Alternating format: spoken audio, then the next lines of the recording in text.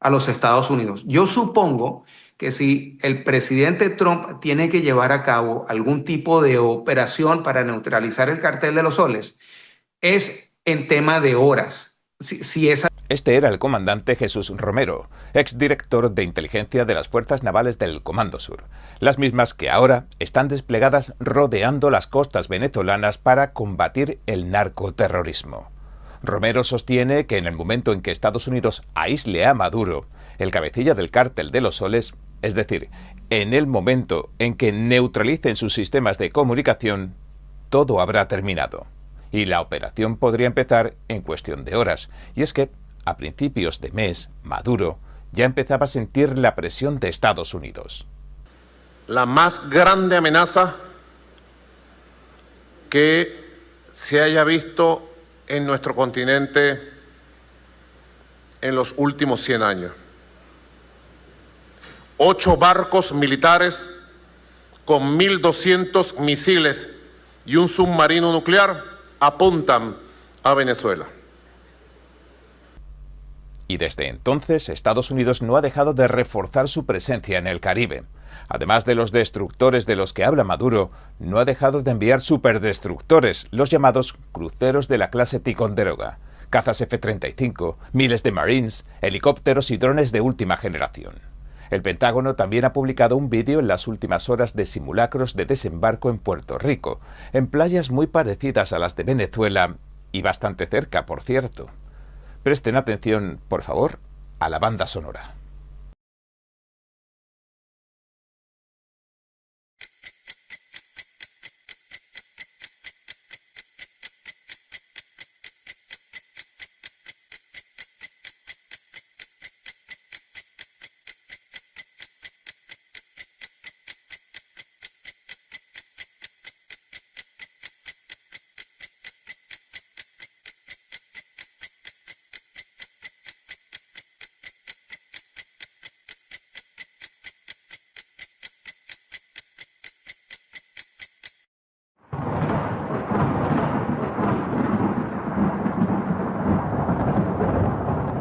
Sí, lo que suena parece ser el segundero de un reloj. Así que todo parece llevarnos a la misma pregunta. ¿Cuánto falta? Bueno, diría esto de inmediato. Dejen de enviar al tren de Aragua a los Estados Unidos. Dejen de enviar drogas a los Estados Unidos. De hecho, hundimos 3 barcos, no 2, aunque solo vieron 2. Pero el problema es que hay muy pocos barcos en el agua. No hay muchos barcos en el agua. No me imagino por qué ni siquiera hay barcos de pesca. No hay nadie. Nadie quiere ir a pescar, así que es una de esas cosas. Pero yo le diría con mucha firmeza, dejen de enviar gente de sus prisiones a nuestro país. Están mandándonos a sus presos, eso es lo que han hecho. El mandatario se queja de que el gobierno de Maduro está atentando contra la sociedad estadounidense, infestándola de drogas y, como acabamos de escuchar, también enviando a criminales de la pandilla venezolana carcelaria Tren de Aragua. Y es que Trump ya ha designado a varias organizaciones criminales como terroristas, y una de las más llamativas es el Cártel de los Soles, y lo lideran, según los informes de inteligencia, la cúpula política y militar de Maduro, con el propio Maduro a la cabeza. No somos los únicos que no reconocen a Nicolás Maduro como el presidente legítimo. Hay más de 50 países que tampoco lo reconocen, porque no es el presidente de Venezuela. Ese es un título que él mismo se ha otorgado. Pero no hemos sido solo nosotros quienes lo decimos. Por cierto, esa fue una política de la administración Biden, y también fue la política de la primera administración Trump, y esa es la política de más de 50 países, incluyendo varios países de la región, que no lo reconocen como presidente de ese país. Lo que él es alguien que se ha apoderado de algunos instrumentos del gobierno, y los está usando para operar un cartel de drogas desde territorio venezolano. Gran parte de esas drogas trata de hacerlas llegar a los Estados Unidos. Así que no vamos a permitir que un cartel opere o se haga pasar por un gobierno en nuestro propio hemisferio. Ya ha sido acusado. Es un fugitivo de la justicia estadounidense. Hay una recompensa por su captura. Y por cierto, relacionado con eso, el presidente de los Estados Unidos dejó claro que no va a permitir que ese cartel, ni ningún otro cartel, operen con impunidad en nuestro hemisferio y trafiquen drogas hacia los Estados Unidos. Y va a usar al ejército y todos los elementos del poder estadounidenses para atacar a los carteles que están atentando contra Estados Unidos. El presidente Trump ha dado orden de que hundan en aguas internacionales todas las narcolanchas que salgan de Venezuela si no hacen caso de los avisos de que se detengan. Y las fuerzas navales ya han mostrado imágenes de lo que están haciendo. Y con esto envían un mensaje alto y claro y contundente de que las cosas han cambiado y de que van a más en serio que nunca. El periodista español Alberto Castillón también asegura contar con fuentes bien informadas que corroboran que Estados Unidos podría dar el primer paso muy pronto. Te decía que es importante porque todo es una operación conjunta. Lo primero que van a hacer es, cuando llegue el día, que puede ser mañana, van a sacar a María Corina Machado del lugar donde se encuentra y la van a proteger fuera de Venezuela hasta que todo pase. A la vez, todo esto en cuestión de días, horas y según vayan los acontecimientos. Edmundo González llegará a Venezuela desde Madrid. Esta acción también forma parte de lo mismo. Lo de Edmundo podría estar en marcha ya, es algo que me dicen que era inmediato. ¿Con qué intención? Con que Edmundo González haga un discurso, se dirija sobre todo a las fuerzas militares y les diga que han de obedecer el poder del pueblo, que es a quien votaron, a Edmundo González, y quien ganó las elecciones.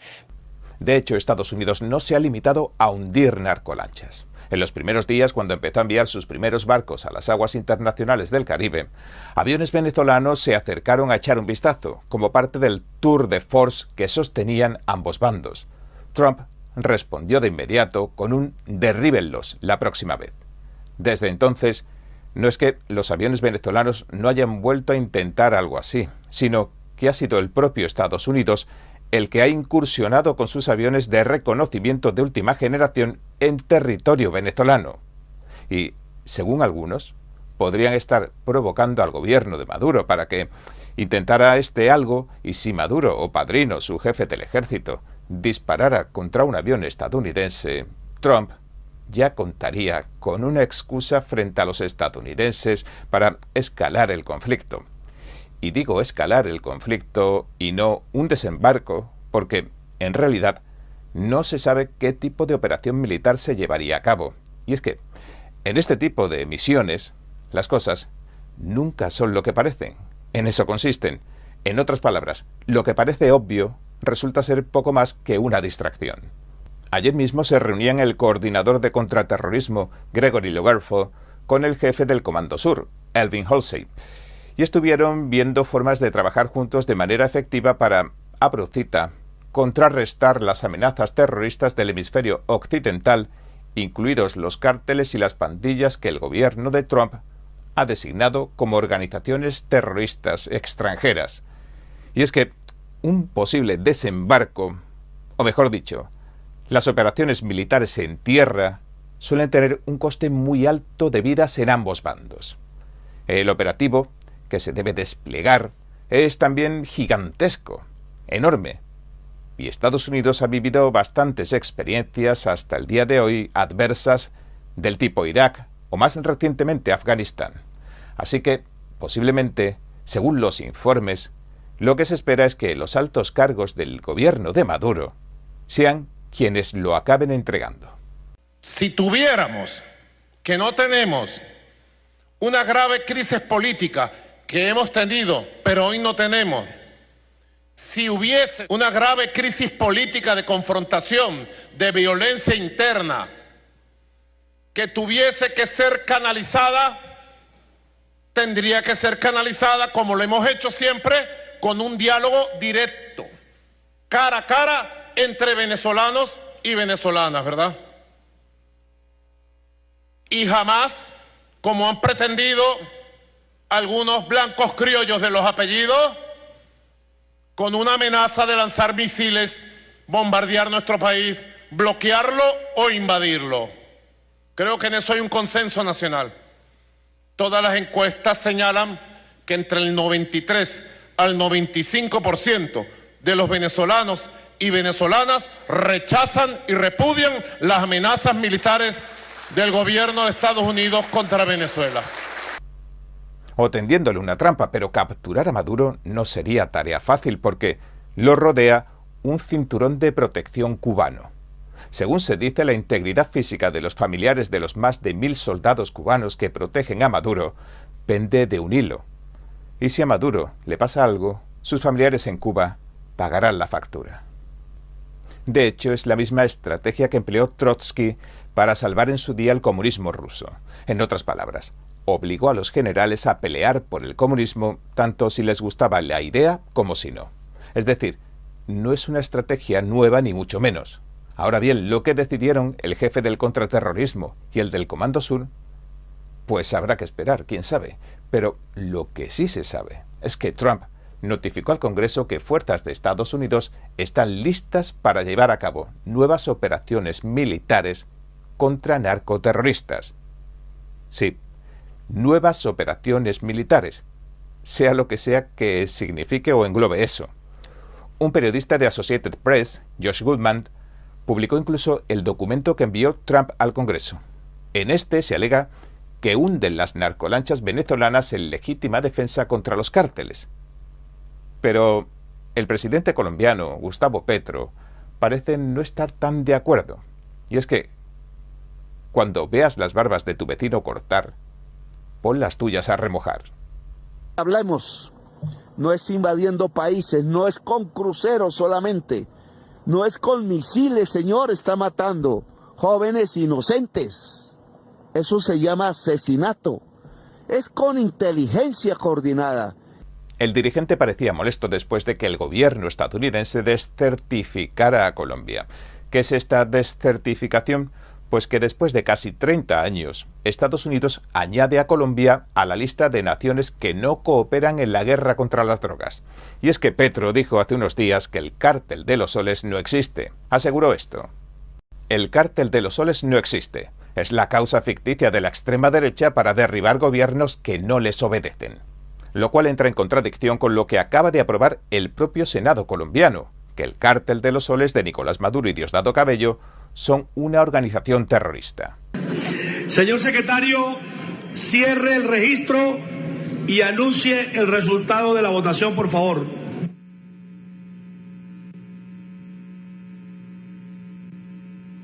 Señor presidente, se cierra el registro. 33 votos por el sí, 20 votos por el no. En consecuencia, ha sido aprobada la proposición. Así que deja a Estados Unidos por mentirosos y a su Congreso también. Pero es que además, según los estadounidenses, se ha disparado la producción de cocaína en la tierra del café. Es cierta las afirmaciones que el gobierno de Trump ha hecho sobre Colombia, sobre mi propia estrategia de lucha antinarcóticos, son mentiras. Así que insiste en dejarlos por mentirosos y después de decir esto, Petro empezó a supuestamente refutar todas y cada una de las afirmaciones en su contra. Mire cuánto le incauté a los narcotraficantes en Colombia. Aquí tiene usted el cuadro. Ese cuadro muestra cómo en el año 2024 hemos logrado una incautación de 889 toneladas. Antes nunca se llegó a esa cifra. 746, 659, 428, 413, y era de menos de 200 con su amigo, el presidente que gobernó entre el 2002 y el 2014. Yo 4 veces más que su amigo Uribe, señor Trump. ¿A qué se debe?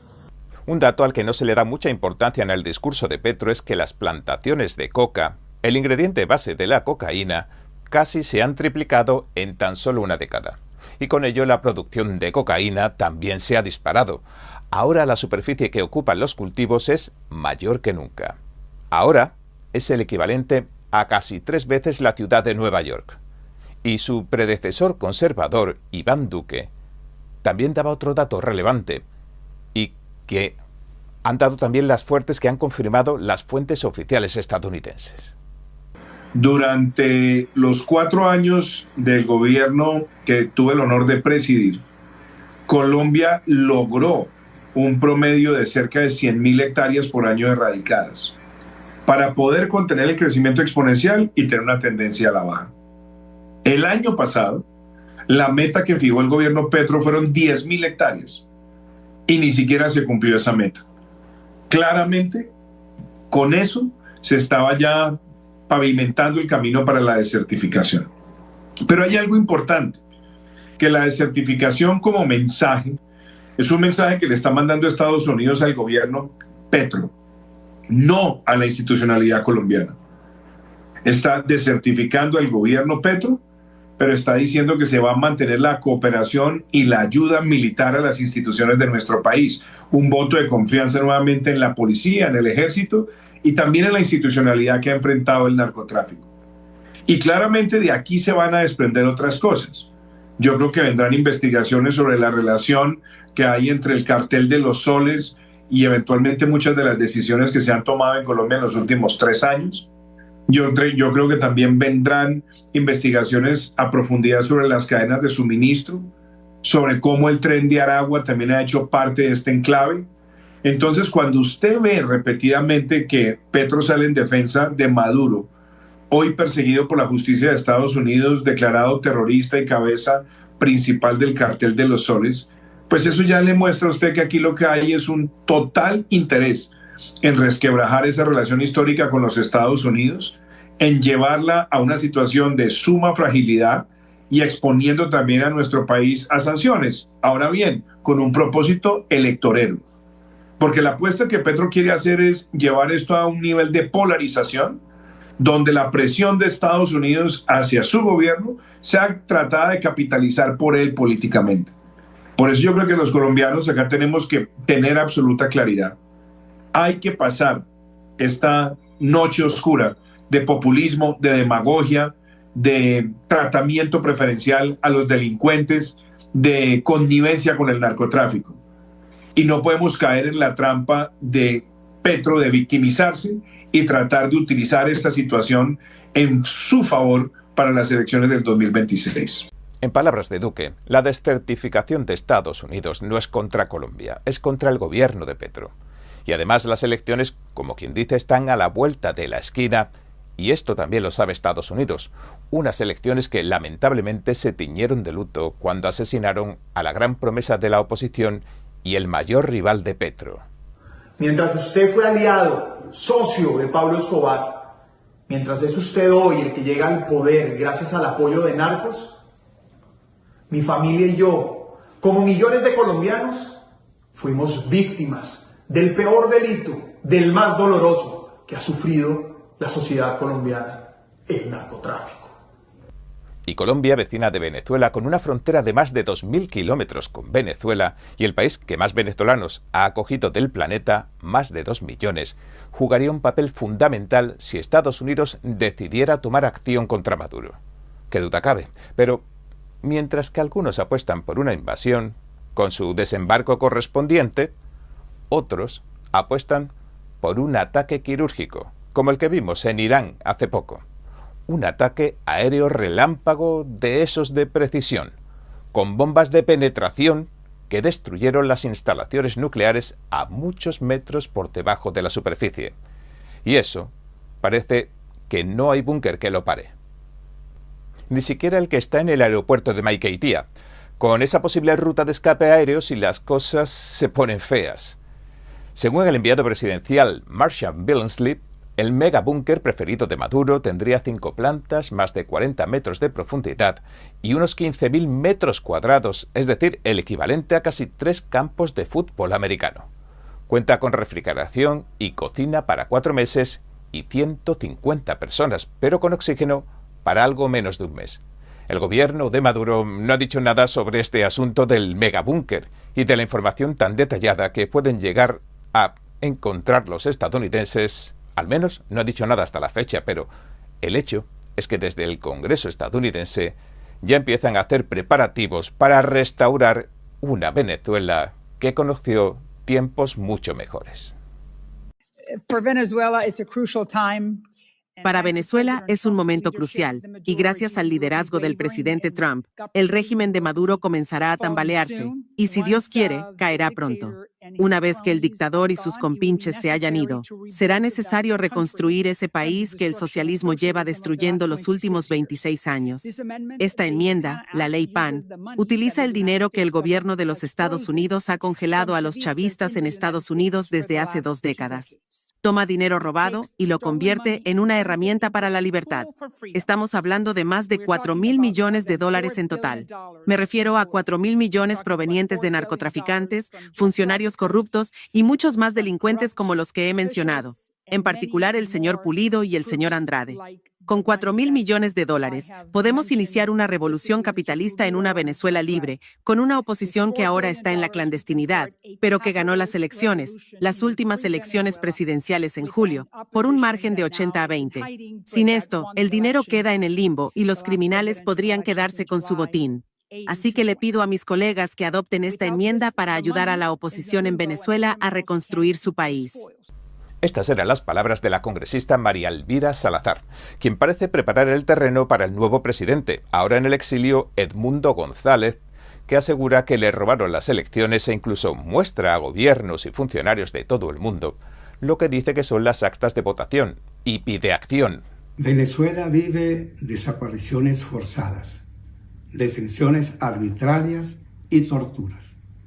Solicito a los gobiernos democráticos del mundo una acción urgente para detener estos crímenes. Y mientras tanto, la líder de su partido, María Corina Machado, permanece escondida en Venezuela. Hoy, Maduro ha convertido a Venezuela en el centro criminal de las Américas. Es un refugio seguro para los enemigos de nuestras democracias, de las democracias occidentales.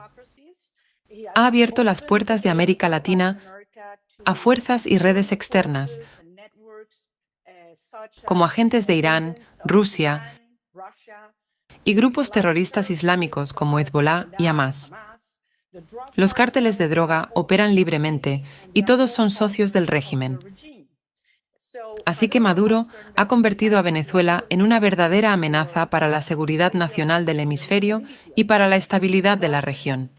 Pero la buena noticia es que el régimen está más débil que nunca, y tenemos una oportunidad real de lograr una transición estable, ordenada y sostenible. Y eso significaría 3 cosas. En primer lugar, un avance histórico para la seguridad de Estados Unidos, un aliado real. Desmantelaremos los grupos de narcotráfico y crearemos un escudo protector para todo el continente. En segundo lugar, liberaremos el potencial único de Venezuela.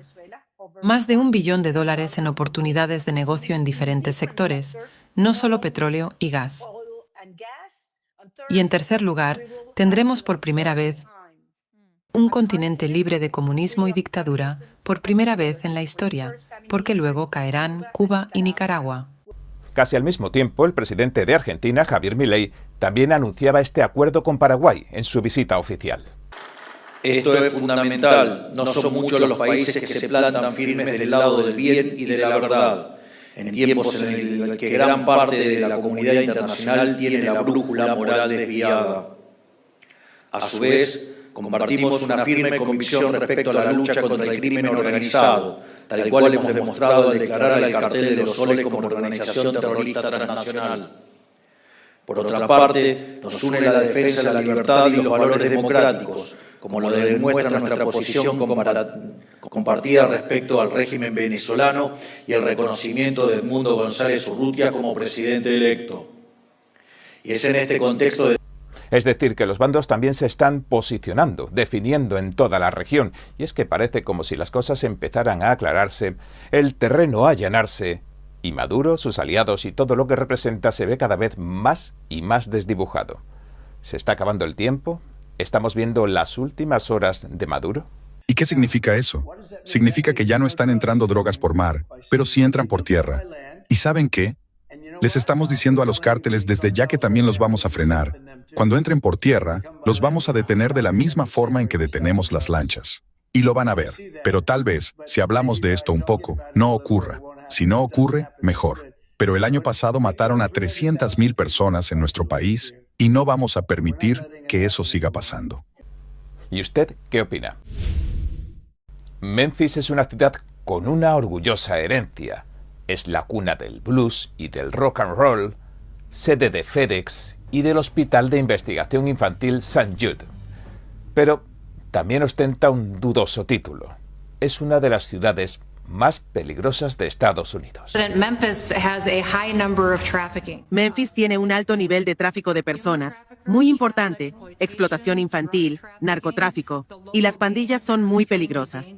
Así que me emociona mucho que vayamos allí a trabajar, no solo con el gobernador y los dirigentes locales que ya se han comprometido, sino también con nuestra fiscal general y todos los líderes que están hoy aquí, para proteger a nuestros niños. Lo que va a cambiar de forma radical son las vidas de las familias que viven allí, y eso solo va a suceder gracias a usted y gracias a que usted va a intervenir. Y lo que ya ha comenzado, usted lo va a potenciar al máximo. Las redes que van a quedar al descubierto en todo el país, gracias al trabajo que se va a hacer en Memphis, va a hacer que las demás ciudades sean más seguras, porque vamos a encontrar que se relacionan con otros criminales, y vamos a sacarlos a todos del país. Somos una nación de ley y orden. Así que, señor, gracias por preocuparse por las ciudades. Gracias, Christy. Muy amable. Bienvenidos a En Primera Plana, soy David Rojas.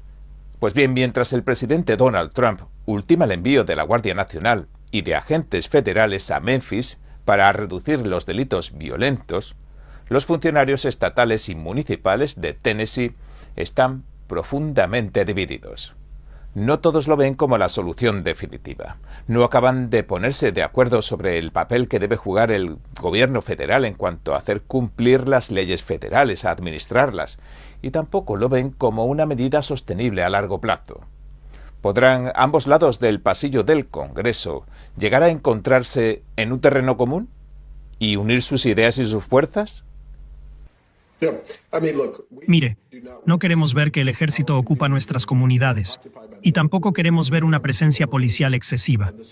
La solución a los problemas que se están planteando no es aumentar el número de policías, es aumentar los recursos para reducir la pobreza de verdad, para educar bien a nuestra población, a nuestros niños, para las oportunidades del futuro y en asegurarnos de que las personas tengan un salario digno, para que algunos de los crímenes que cometen, literalmente, por supervivencia, no ocurran.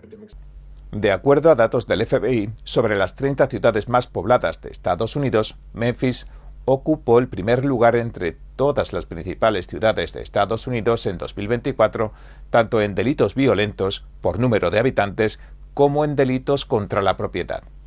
El año pasado Memphis tuvo una tasa de delitos violentos casi 6 veces mayor que la media nacional, con 2.500 delitos violentos por cada 100.000 residentes, y una tasa de delitos contra la propiedad casi 3 veces mayor que la media nacional.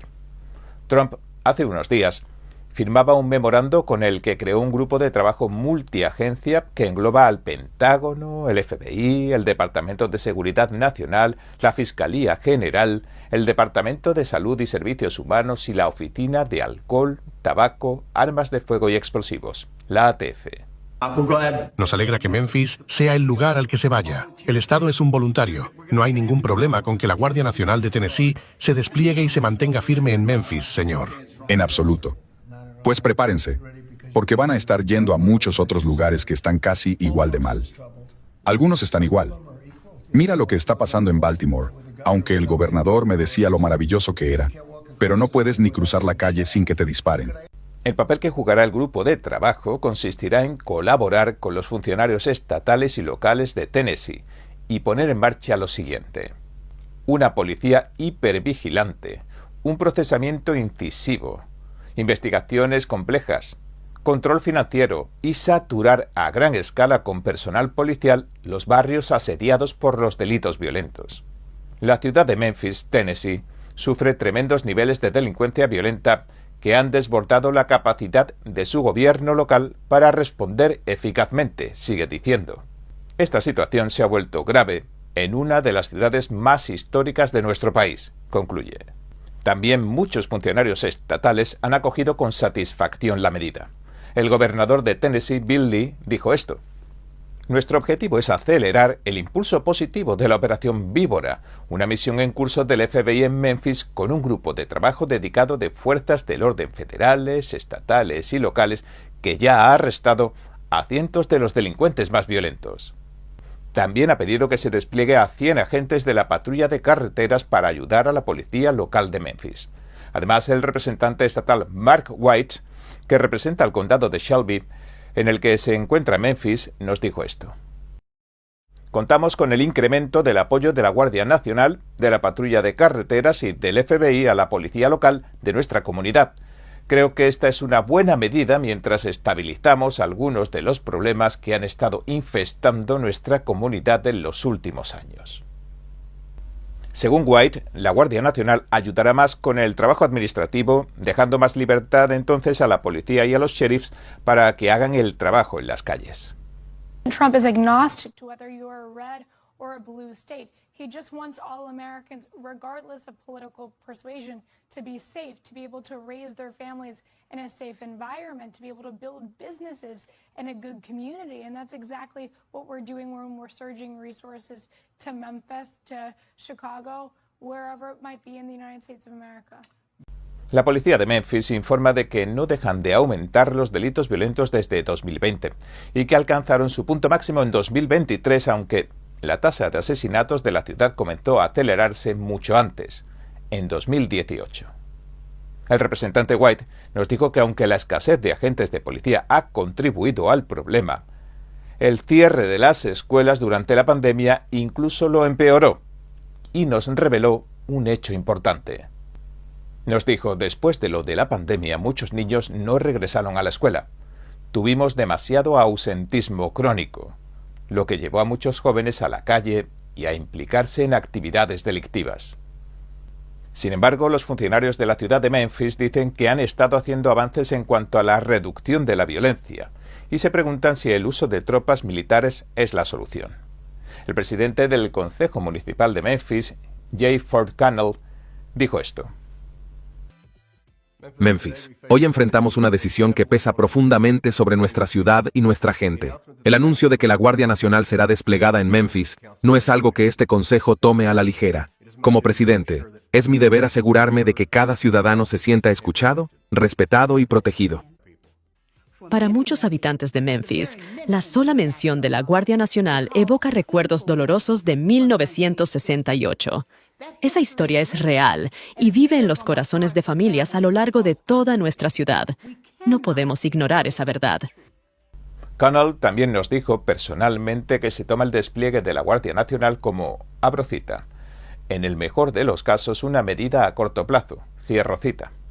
En cuanto a los recuerdos dolorosos, se refiere a cuando se envió a la Guardia Nacional a Memphis en 1968 para sofocar los disturbios tras el asesinato del líder de los derechos civiles Martin Luther King Jr. Y es que, para los funcionarios de la ciudad, la solución no es desplegar a la Guardia Nacional. A lo mejor es una solución momentánea urgente, pero el problema dice que no son los disturbios, sino la falta de vigilancia policial. El concejal J.B. Smiley advertía de esto también. Las ocupaciones no nos hacen más seguros. Nos encierran, nos aíslan de nuestros vecinos, perjudican nuestra economía y nos sumergen en un estado de miedo. Eso no es seguridad. Eso es intimidación. Para que quede claro, no apoyo ni apoyaré que Donald Trump ni nadie más envíe a la Guardia Nacional a Memphis. La Guardia no está entrenada para la seguridad comunitaria y su presencia solo generará miedo. Nuestra ciudad no necesita una ocupación. Lo que necesitamos son oportunidades. La seguridad no viene de desplegar tropas en las esquinas. La seguridad viene de empleos bien remunerados, escuelas sólidas y verdadera inversión en nuestros vecindarios. Así es como se construye la esperanza. Así es como se construye la seguridad. Smiley se pregunta que si lo que se busca es reducir la delincuencia, la violencia, ¿qué pasará cuando se vayan dentro de 2 o 3 semanas? Además, hace algo más de una semana, la policía de Memphis informaba de reducciones históricas en la delincuencia y aseguraba que disminuyó en todas las categorías principales de delincuencia durante los primeros 8 meses de 2025. Según el departamento, los delitos generales como robos, allanamientos y hurtos han descendido a sus niveles más bajos en 25 años. También disminuyeron los asesinatos, las agresiones y las agresiones sexuales. No obstante, los funcionarios de Memphis temen por el futuro. Aseguran que la ciudad necesita iniciativas, sí, pero a largo plazo.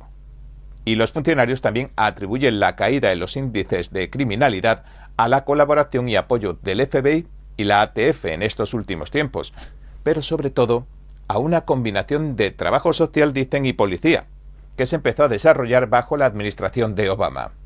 El concejal Jeff Warren nos dijo que con estos programas como el de equipos de intervención en crisis o el programa de extensión comunitaria o bien el programa de intervención contra la violencia, lo que hace es que se aleja a estas personas de la vida criminal. Dijo, hay un cierto número de personas que cometen la gran mayoría de asesinatos y crímenes violentos, y hay que apuntar a esas personas para ver cómo se pueden evitar que cometan el siguiente crimen violento o el siguiente asesinato. Para Warren, la experiencia habla por sí sola, y en la mayoría de las grandes ciudades donde se ha puesto en marcha este tipo de programas, según dice, se ha observado una disminución de los delitos violentos, y se comienza a evitar que estos jóvenes se maten entre sí, dice. Warren no ve como algo malo el despliegue de la Guardia Nacional, pero tampoco lo ve como una solución a largo plazo. Smiley, por su parte, nos dijo también que cree que se están olvidando de un factor importante. Si quieren de verdad acortar las distancias, la separación entre la comunidad y la policía, hay que hacerlo de manera que la gente conozca a las personas que patrullan sus barrios. Y mientras Memphis se debate entre la esperanza de seguridad y el temor al despliegue militar, otro caso reciente en Chicago pone en evidencia lo compleja que puede ser la relación entre programas comunitarios y responsabilidad penal. Hace poco el gobernador de Illinois, J.B. Pritzker, quien mantiene una pugna con Trump por este mismo asunto de la Guardia Nacional, si envía o despliega a la Guardia Nacional o a otras tropas militares en la ciudad de Chicago, iremos inmediatamente a los tribunales. Pues bien, la noticia saltó cuando apareció en una foto con un hombre que participa en el programa Peacekeepers o Pacificadores. Este es un programa antiviolencia comunitaria con el que Pritzker trata de reducir los delitos violentos. Pero días después de la foto detuvieron a ese mismo hombre que se identifica como Kelly McMiller y ahora lo acusan de asesinato. Al parecer participó en un robo violento en una tienda de lujo de Chicago y cuando huía en un vehículo con otros asaltantes atropellaron a un peatón provocando su muerte. La oficina del gobernador asegura que, pese a todo, el programa Peacekeepers, el Pacificadores, ha logrado reducir la violencia en Chicago en un 41% en los últimos 2 años y que apoyan este tipo de esfuerzos comunitarios de iniciativas. También aseguraron que no sabían, al hacerse la foto, que tenía antecedentes criminales y que cuando se supo lo de las acusaciones, la retiraron de la web. El acusado, por su parte, recibió un sueldo como empleado del gobierno. En resumen, no se podría llegar a un acuerdo entre las medidas. No estamos diciendo que algo sea malo, sino una revisión conjunta y un pacto. Un informe del Consejo de Justicia Penal de julio concluyó que si bien Memphis ha avanzado en la lucha contra el crimen, no ha avanzado mucho. El estudio abarca desde 2018 hasta junio de 2025 y se hizo en 38 ciudades importantes y concluyó lo siguiente. La tasa de homicidios en Memphis se encuentra entre las más altas de la muestra del estudio y está disminuyendo a un ritmo más lento que en otras grandes ciudades.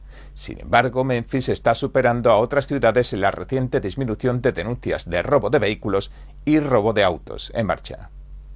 Aunque en la primera mitad de 2025, los robos de vehículos han disminuido un 45%, casi la mitad, y los hurtos un 23%, casi una cuarta parte con respecto a los últimos 6 años, el número de asesinatos ha subido un 58%. En definitiva, Memphis está en el centro de una tormenta. Cifras récord de homicidios, una intervención federal casi sin precedentes, comunidades divididas y una historia que aún pesa en la memoria. Los republicanos de Trump dicen que las cifras de disminución del crimen en Washington deberían hablar por sí mismas. Desde que el presidente Trump movilizó a la Guardia Nacional y tomó el control del Departamento de Policía de Washington, el crimen violento ha disminuido un 39%. Los robos han bajado un 57% y los robos de autos en marcha han disminuido un 75%. Más de 2.300 personas han sido arrestadas. casi 950 inmigrantes ilegales han sido detenidos por ICE, incluidos 20 miembros de pandillas pertenecientes a organizaciones terroristas violentas. Delincuentes sexuales han sido retirados de las calles.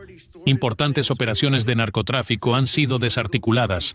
Las autoridades frustraron un tiroteo escolar planeado, desmantelaron 50 campamentos ilegales de carpas y rescataron a 7 niños desaparecidos.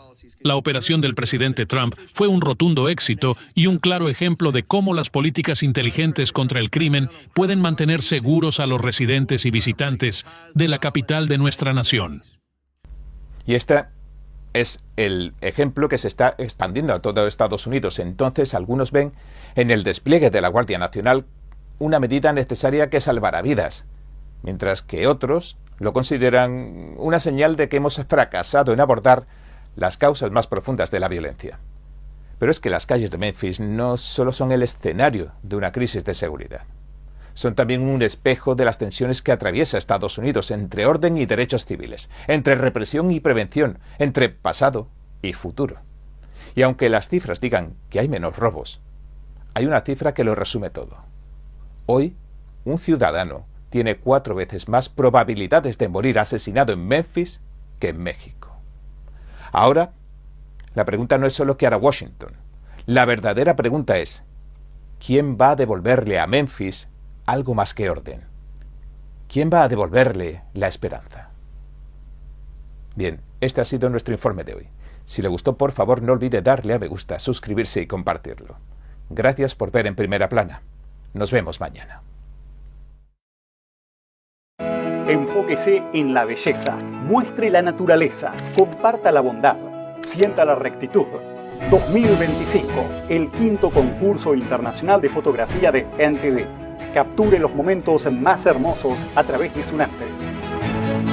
Sus obras se exhibirán en galerías y en múltiples plataformas en línea, para que el público las admire y las coleccione. Visite foto.ntdtv.com.